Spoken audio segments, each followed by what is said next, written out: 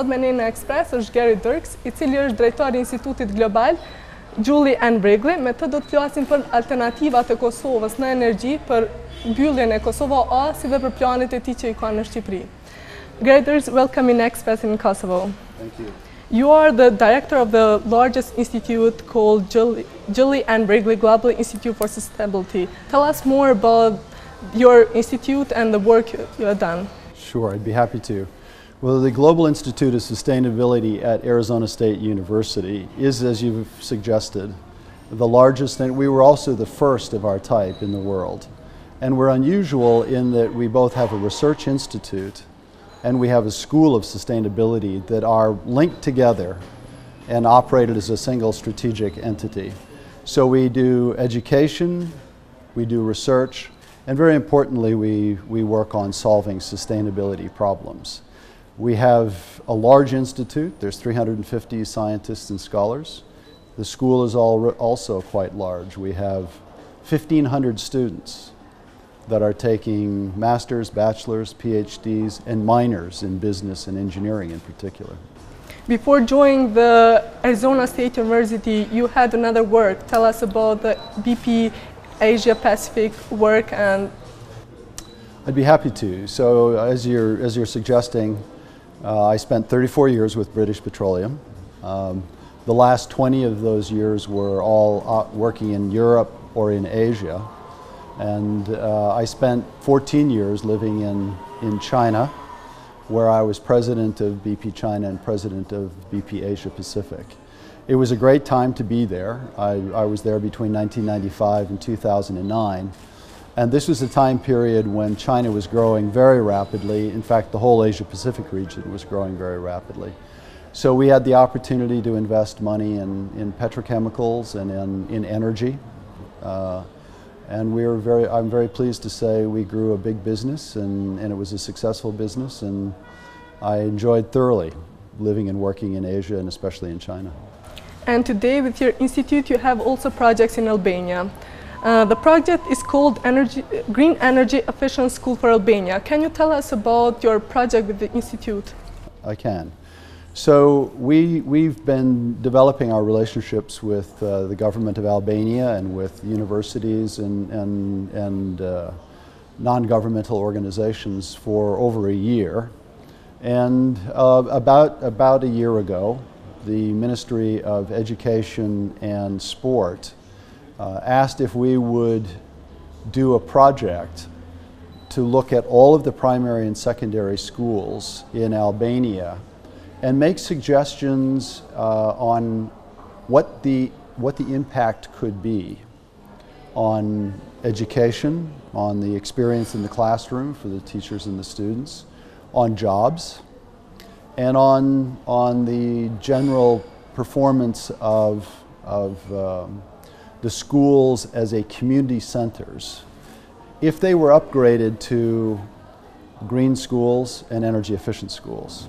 So we undertook this year-long study, and yesterday we reported out at a press conference with the minister and also with the prime minister on our results. And what we said to the ministry is that there's multiple tiers of work that could be done, beginning by just repairing the schools and taking care of some of the problems with the physical structure of the schools, all the way up to expanding them and making them energy self-sufficient or nearly energy self-sufficient, very energy efficient because of insulation and energy efficient devices. And so we identified 4 different tiers that they could undertake. It's not inexpensive. Even the lower tiers, to do just the first 2 tiers, which I think would be a minimum to do, which is to repair the damage to the buildings and to How much will it cost? Yes, so the first 2 tiers, $200 million. To do all 4 tiers, $1.3 billion. So it's a lot of money for Albania, but I would also say that if they did all 4 tiers, $1.3 billion, that they would create 220,000 jobs, Our analysis showed that. And our analysis also showed that it would generate $880 million for Albanian GDP.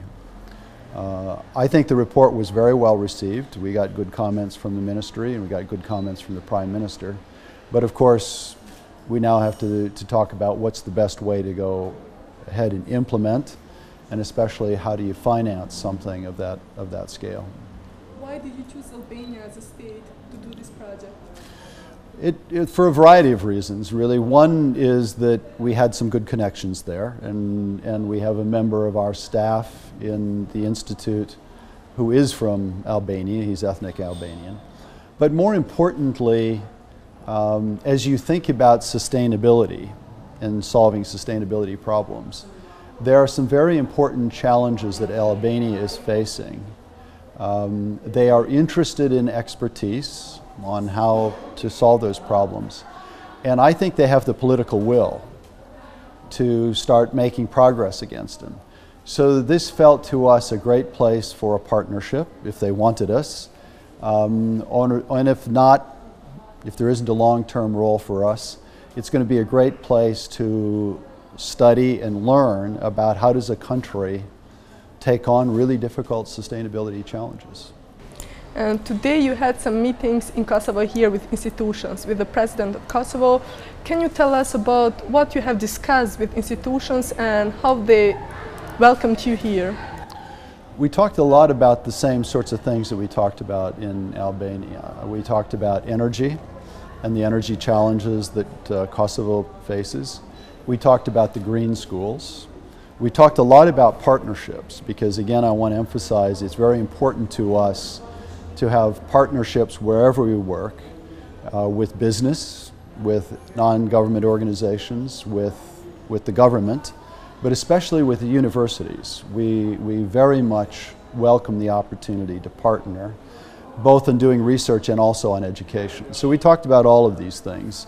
I was very encouraged by the way we were met. It's quite an honor to get to meet the President on your first visit. We also talked with the Minister of Education. They were all very interested in what we were doing, and they all felt like we should continue to talk about opportunities, that a partnership on sustainability, both education and research, seemed like something we could do together.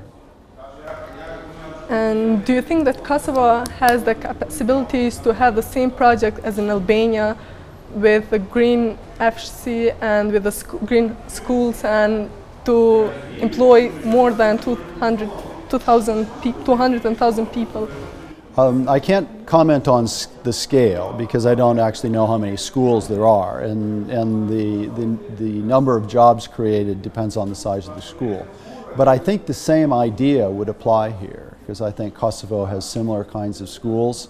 I think there's similar opportunities to upgrade those schools and make them more energy efficient and make them greener. So the scale, not so clear, but certainly the opportunity, I'm sure, is here. In Kosovo, in 2017, the Kosovo A will shut down. What do you think about the shutdown of Kosovo A, since it is the biggest energy? I was a little bit surprised to hear that, actually. And I would have to say I'm not an expert on the energy sector here. It's part of the reason I wanted to visit, so I could learn more about it. But what I would say that I feel very deeply about is that energy and access to energy is critical for economic growth. The correlation between energy use and economic growth is very clear. It's also critical for human development.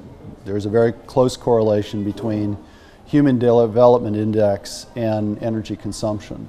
So I would be surprised and frankly somewhat disappointed if Kosovo A were shut down with no replacement for that energy.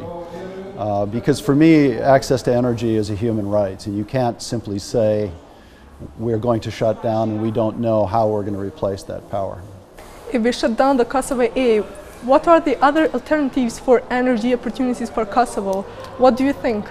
Well, that was part of the reason I wanted to learn more about the sector, because certainly you can do energy efficiency, and certainly you can do renewable power. But 450 megawatts is a lot of power to replace with renewable power or energy efficiency. So my hope is that there's going to be a replacement project, even if it's a fossil fuel project, whether it's natural gas or whether it's making use of lignite that's here in Kosovo. I really do hope, even as the director of a sustainability institute, that something is done to replace that power. If it's not replaced, what will be the damage for Kosovo state? Well, I think it could be very bad.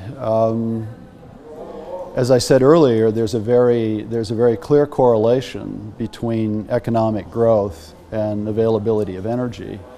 And in modern societies, particularly if you want to attract multinational companies, they want stable power supply. They don't simply want power, they want it to be stable. And if you take out 450 megawatts and don't replace it, I just think it's going to be very difficult to get business to be interested in Kosovo. Dr. Gary Dirks, thank you for being here and having an interview for Express. It's our honor. Thank you for the opportunity. It's a pleasure to be here.